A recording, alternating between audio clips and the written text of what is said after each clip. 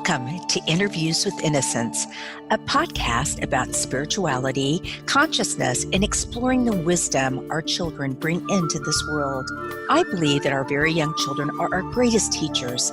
After all, they're the masters of living in the present moment, bubbling in unconditional love, enjoying the messiness of life, and curious about the universe in all its dimensions. The pure essence that young children exhibit lives within all of us. My hope is that these interviews will help us discover, embrace, and connect with the sacred core of childhood that resides within each of our hearts. I am your host, Marla Hughes. Today, I'm thrilled to have Mark Gober back on the show. Mark is an international speaker and author of An End to Upside Down Thinking. He's also the author of An End to Upside Down Living, and that's what we're going to be talking about. And he is host of the podcast, Where is My Mind? Where is my mind? Additionally, he serves on the board of the Institute of Noetic Sciences and the School of Wholeness and Enlightenment. Welcome back to the program, Mark. Thank you for having me. You're welcome. We did talk on your last interview about your extensive research and the reasons why you did change your mind about reality and the continuity of consciousness.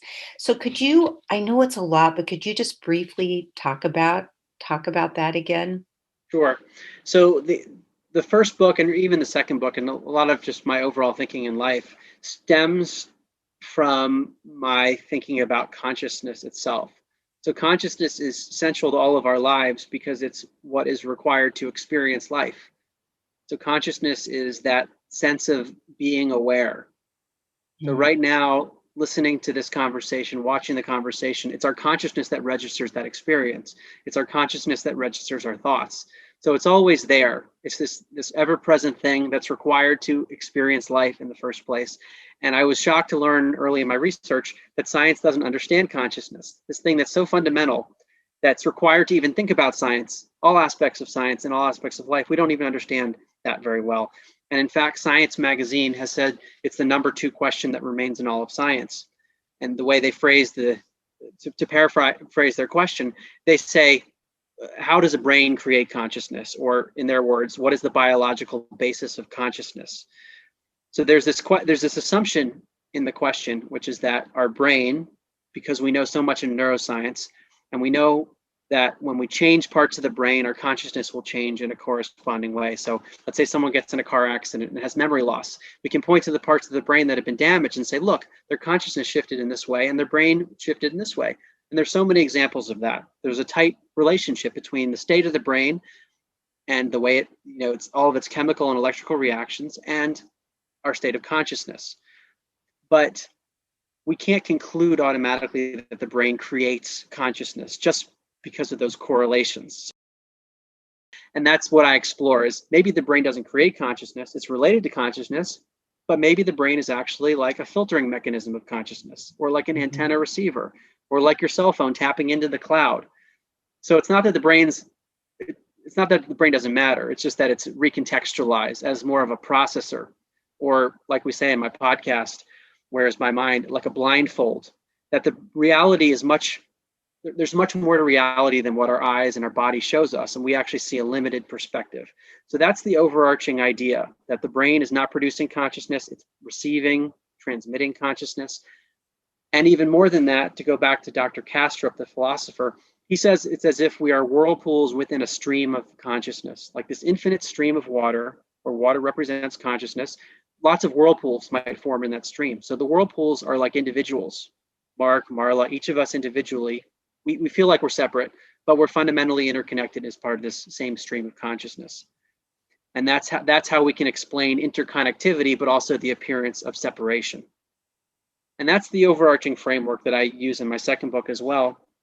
Some call it the one mind, this idea of one consciousness. And Kastrup says it's as if this one consciousness has dissociative identity disorder. Interesting. That's sort of what it's like. It's one consciousness. And Actually, the idea of one mind comes from Erwin Schrödinger, the Nobel Prize winning physicist. He said, he concluded this after looking at physics and a lot of quantum physics points in this area. He said, in truth, there is only one mind. And I believe the earlier part of that quote is something like, multiplicity is only apparent. In truth, there is only one mind. So we see multiplicity, but there's actually not. So that's the framework. And if we accept that framework or wanted to test it, there are a number of quote unquote anomalies that we might look at. So things that science says, well, those things couldn't be real because the brain creates consciousness and consciousness is just stuck in our skull. And what I say is, well, if there's actually scientific evidence for these phenomena, some would call them paranormal, then we could explain those phenomena very easily by looking at this one stream of consciousness where consciousness is flowing around. Sort of like if some of the water from my whirlpool gets into your whirlpool, that's like some of my consciousness getting into your consciousness. That would be like telepathy, telepathic communication. So the implication is that psychic abilities would be real under this idea of a one stream, one mind. That's implication number one. And the other major implication that I've looked at is if one of the whirlpools stops being a whirlpool, the water just flows back into the broader stream, it delocalizes. So it stops being like a little individual, but the water doesn't leave the stream. It's just transitioning into a new state. It stops being a whirlpool, it's something else.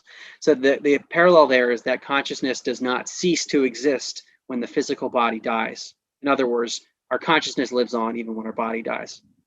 Right. So I've looked at all kinds of evidence in these areas within the realm of psychic abilities, and each of these is a chapter in my first book. I looked at remote viewing, which is being able to perceive something that's far away. It's like seeing it with your mind, both in space and time. Telepathy, mind-to-mind communication. Precognition, which is knowing or sensing the future before it happens. Evidence for these phenomena in animals. Psychokinesis, which is mind impacting matter. And it's worth noting that these phenomena have been studied statistically. So, for example, Dr. Jessica Utz, who in 2016 was the president of the American Statistical Association, she said, using the standards applied to any other area of science, it is concluded that psychic functioning has been well established. So when you look at the statistical evidence, and again, another example here is that there are 6 sigma results for these phenomena. And 6 sigma means that the odds that they happen due to chance alone, when they're studied over many, many studies and many different experimenters, the odds that it's happening due to chance alone is more than 1 billion to 1 against chance. And in other areas of science, we'd say, okay, that's a real effect. So that's a lot of evidence just in the psychic realm. And what I've argued is that all that has to be true is that one of the phenomena is real, not even all of them.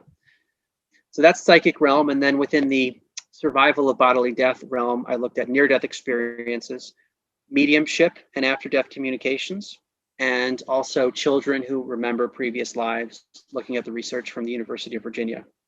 So when you look at all that evidence and combine it with quantum physics, combine it with the fact that we don't really understand consciousness at all in the first place, to me, the evidence converges towards the one mind. Yes. And for my listeners, a lot of this podcast is about what you've just mentioned in terms of near-death experiences, past lives of children. You didn't mention savants, but savants. And, you look at not to get political, but it's really not political, but the FBI and what our government has been using remote viewing and telepathy for a long time. Yeah. And it's been kind of hidden from us. But the point is that there's just so much evidence there. So you speak of creating a compass for our lives after awakening to this new reality.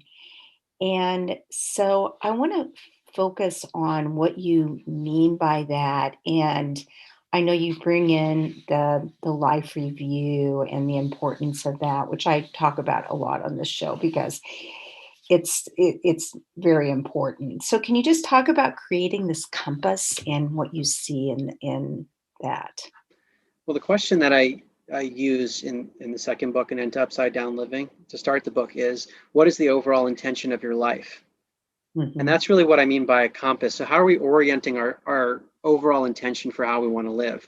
And that's a central question to our lives because it will inform our values, our priorities, the things that we want to do, the things that we don't want to do, the decisions that we make in life. It all, to me, stems from our worldview and the way in which why we think anything matters, why we think we exist. Those questions are fundamental before we can even live, really. And when I think about my own life, I used to think life was meaningless. When you die, there's no consciousness. We can make up meaning in our lives and try to rationalize it. Ultimately, there's no meaning built into the fabric of reality. So you could set a compass, but why does it really matter? That was the kind of thinking I had. Yeah, yeah.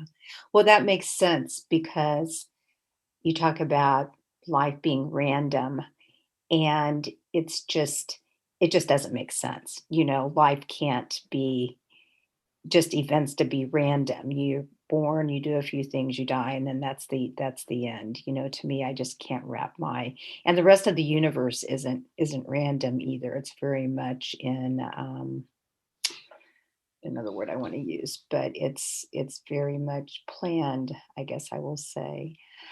So let's talk about the life review. And you say the little things are the big things. So what do you mean?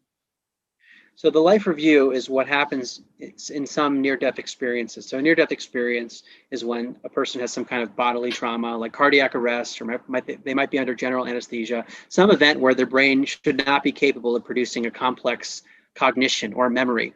And yet when people are resuscitated, sometimes they report like seeing things in the room that happened during that time when they shouldn't have been able to see anything. Sometimes it's from a view above their body. And this is known as a veridical out-of-body experience, meaning what they experienced during this period is verified as accurate by people in the room, such as doctors or family members, actually sometimes outside the room too. So in this state of when their body wasn't functioning or their brain was turned off or barely functioning at all, their consciousness was in an expanded state. And I preface the discussion on the life review with that because some people would say, well, the near-death experience is just a hallucination. So people might report a life review, but it doesn't really matter because it was hallucination. It wasn't a real thing. Like their brain produced some kinds of chemicals and then they had this vision and that's all it was. It was like a psychedelic experience or something like that. That's what the argument might be. But we have these cases of veridical out-of-body experiences where it wasn't a hallucination because when they come back, what they reported was verified as accurate. And by definition, that's not a hallucination. So to me, that's really significant because it means we should take very seriously what happens in the near-death experience state. And it also aligns with this idea that the brain is like a filtering mechanism or a blindfold of consciousness, because when you get the brain out of the way, consciousness is expanded. And you see this also, you mentioned savants, instances where the brain is damaged in some way, and yet people have an expanded consciousness, like their memory improves, their mathematical abilities improve, things like that. There's a pattern that occurs of less brain, more consciousness. So with that preface, we can then look at what happens during the near-death experience because it's remarkable. People sometimes report other realms, beings of light, deceased relatives. They talk about being immersed in unconditional love. Time becomes very funky. Space becomes different. Sometimes they hear music. Really remarkable things that happen. It's like an interdimensional experience, like people are seeing a new part of reality, as if they're seeing parts of the stream of water or of consciousness that they normally can't see with their brain when their brain is blocking it. So the life review is something that happens. And I've heard varying reports of how frequently it occurs, somewhere in the range of 20 to 25%, depending on which databases you look at, of near-death experiencers who come back and report something. They say, well, I had a life review.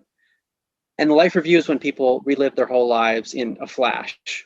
So all the events in their life that they're re-experiencing, which is pretty crazy from the perspective of time, that someone's life or even parts of their lives could be compressed in a short amount of time. And that tells us something about the nature of time and physics that has to be looked at. But also what happens in the life review is that people sometimes relive events through the eyes of people that they impacted. So if they were really nice to someone, they might experience how that made the other person feel. And on the contrary, if they were mean to someone or harmed someone or killed or physically hurt someone, they will feel that pain as if they were that person. So to your question, the little things are the big things. That's one of the themes that emerges in these life review accounts, is that people see the impact of their actions toward people. And it might not be something that they even thought of at the time. Like if they were mean or nice to someone, at the cash register. And they could see how that event impacted every other person in line afterwards, whether or not they were mean or nice, for example. So we see through the life review research the rippling impact of our actions. Whereas my prior worldview and the worldview that is endorsed by much of science would say, well, there's no one consciousness, there's no life review beyond a hallucination. What we do in life only matters to the extent that we make meaning out of it. Whereas here we're talking about something very different, which suggests that there's meaning built into the fabric of the universe itself, that the golden rule of treating people the way we would like to be treated is actually part of reality. It's not just a concept. I love that. It makes so much more sense. Don't you feel that you can make so much more sense of the universe when you start seeing reality in this way? Yeah. It makes sense. The hard part for me, and when I talk to people that are very scientifically minded, is it requires a belief that we could have such amnesia to this fact. And that's a really hard concept to get our minds around, that this exists. Not only does it exist, but we know that it exists. There's a part of us that knows, and the memories are somehow blocked or obscured through our body. It's hard. It's hard, but not but. And then you start looking at the research and doing what you've done, what I've done, and you just dive into it. And tens of millions of, near-death experience stories and everything that you just mentioned. So there's certainly something going on. But talking about the little things, how important they are. One woman I know had a profound near-death experience, and one thing that she was shown that was so positive, and she was a CEO of a big business or something, and what she was shown when she was like a 10-year-old girl, and she was one of those, she'd held up the crosswalk thing, and this older woman, she helped her walk across the street, and that's what one of the really beautiful things was shown to her, then how that rippled down into, this woman's life and her family. And that really touched me. That really touched me. So let's talk a little bit about reincarnation and the work at the University of Virginia. We may have talked about that a little bit on the last podcast, but I know you've studied Ian Stevenson and so can you talk about this a little bit and how Ram Dass, I love to quote him, "We are all just walking each other home." That's just so beautiful. So can you talk a little bit about the reincarnation? So the research at the University of Virginia spans many decades and looks at over 2,500 cases of young children who, usually between the ages of 2 and 5 years old, will spontaneously speak of a life that is not their own. And sometimes the detail is so great that the researchers are able to find the person that the child is speaking of. Also, in some cases, the person will not only describe how he or she died in the past life, but will have physical correspondences to that death. So birthmarks or physical defects that align with the death in the alleged previous life. And in the strongest cases, the researchers are able to find medical records that align with what the child is describing in this life or what the bodily features are in this life. So there's something that seems to be transferred from one life to the next, both at the level of our physicality, but also mentally.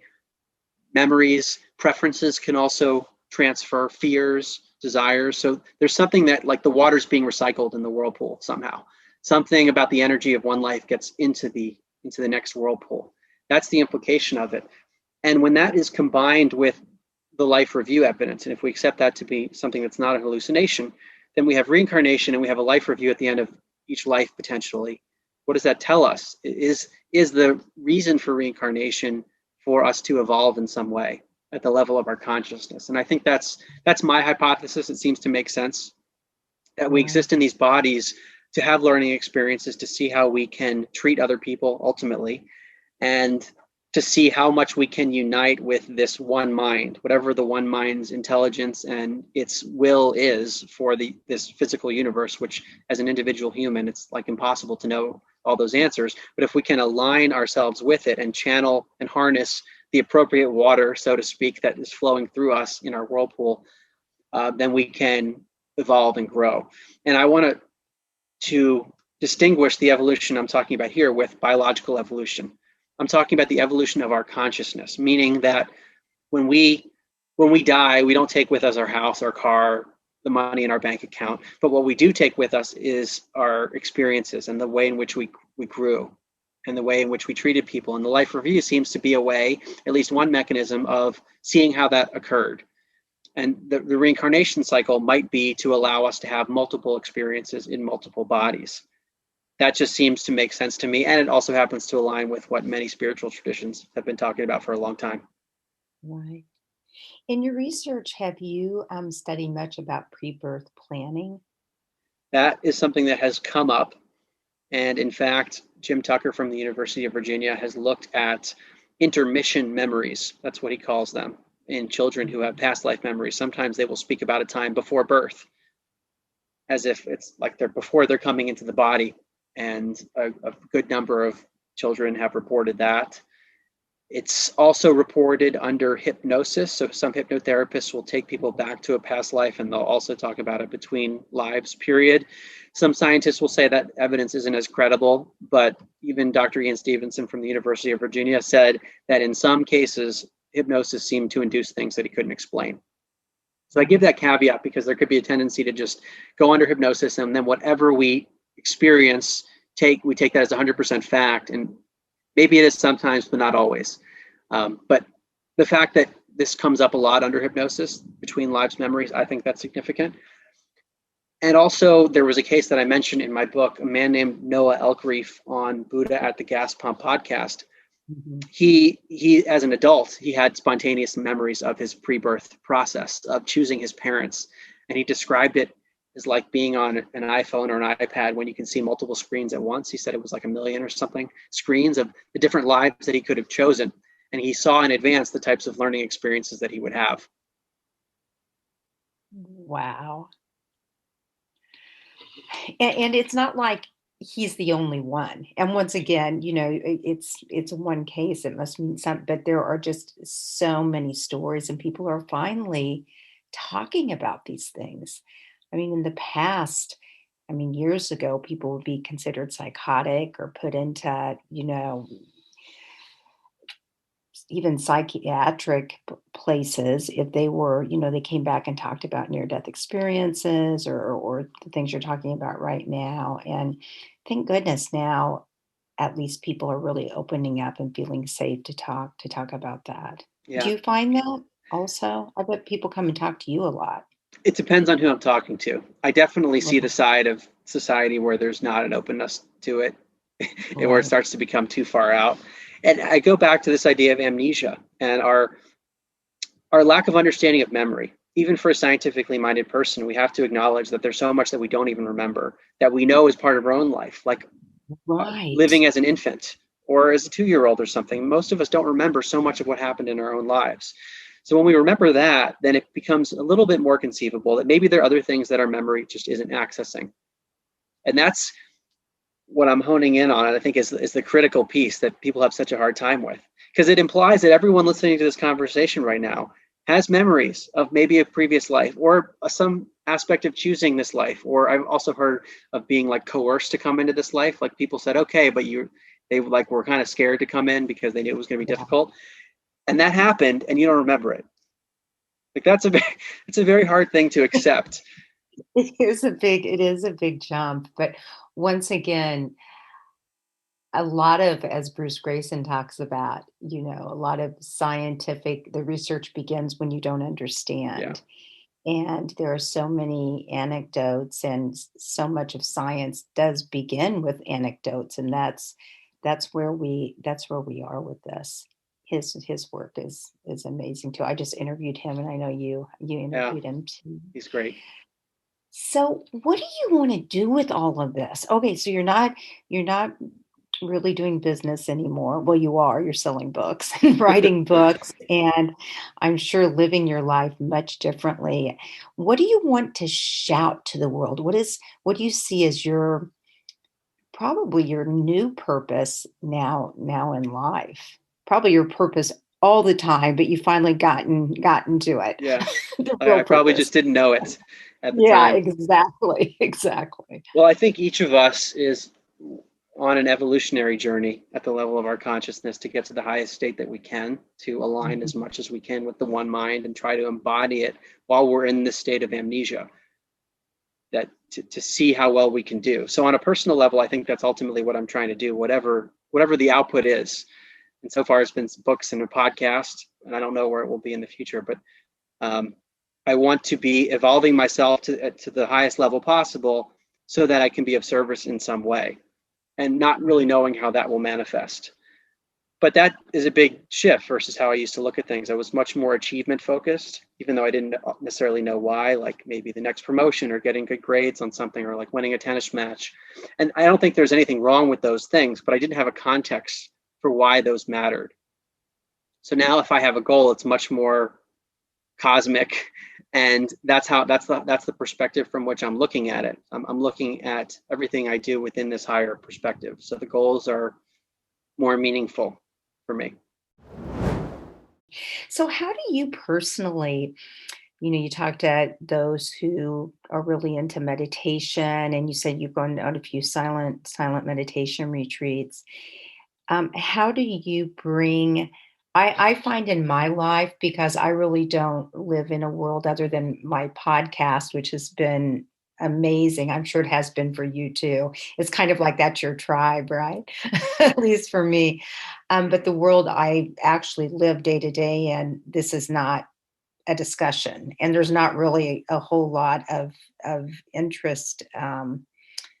Well, there might be interest, but that no one just really talks about it. So I feel like I have to kind of ground myself every day and remember and remember and remember. What do you do for yourself? Well, for me, I think I've been so immersed in all this stuff that Right. it's become just part of the way I look at life naturally without having to think about it so much. An analogy that I give in the book comes from the Vedic tradition of sticking a white cloth into red dye and pulling it out and allowing the sun to bleach it, but it doesn't bleach it fully. There's a little bit of the redness left. It might be a little bit pink. And then you stick it back in the dye, and then you let the sun bleach it out. And eventually the dye becomes stronger and stronger in the white cloth naturally without having to continually dip it. So for me, my process has been like this dipping over and over again. And there are 4 paths in the yogic tradition. And I mentioned this, I call it the yogic tradition because that's some of the names come from that tradition, but they are applicable to every spiritual tradition, really. These are just certain names that are given. So there's the pathway of knowledge and wisdom. So that could be listening to podcasts, reading books, studying. There is the pathway of devotion. So that could be prayer, having an overall attitude of graciousness. There's the pathway of energy. So that could be meditation or breathing exercises, physical exercise, probably to some extent, and what's known as karma yoga, which is selfless service. So Mhm. these 4 pathways are different ways of dipping into the dye. And what I found in my own life is the more that I practice those pathways or consciously try to do things, so knowledge, wisdom, devotion, energy, and selfless service, the cloth is redder in spite of the bleaching from the Right. sun. Right. I love that. That's great. Well, it's time to wrap it up, and I think that's a good place to wrap it up. Is there anything that I haven't asked you that you would like to talk about?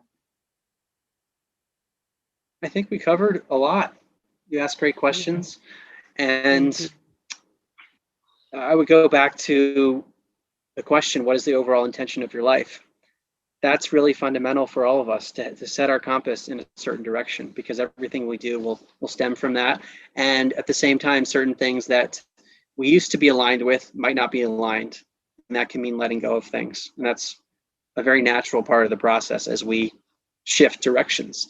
And when I start the book, I talk about boats that are starting off at the same place. And if you shift one by just 1 degree, after a while, if those boats are sailing in the sea, they will be very far apart from each other. So small shifts in setting our compass can lead to drastically different lives. Absolutely. And I love those 4 pathways you talk about, especially, well, all of them are amazing, but the one about service to others, Yeah. I find in my life when I reach out and can help someone in some way who is suffering or maybe not, maybe just needs a friend, it just brings so much joy to me, and it helps me understand kind of my intention and my purpose even more so, with of course the other three, Yeah. but so helpful. Well, thank you so much for coming back on the show. Hopefully I'll see you at one of these medical or scientific, no, let's say spiritual. It all goes together now, right? Conferences in the near future. Yes. So take good care of yourself, and we'll talk again soon, I'm sure. Yes, thank you. Can't wait for your 3rd book to come out. Okay. Thanks. Okay. Bye more. Bye-bye.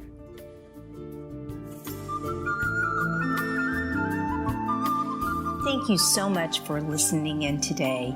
If you want to learn more about the show, you can find us at interviewswithinnocence.com and on Facebook or Instagram at Interviews with Innocence. Please write me a message, tell me what you liked, and let me know what else you would like to hear. I would love to hear from you. And if you liked what you heard, please leave us an iTunes rating and review. It helps other listeners find the show. Thank you.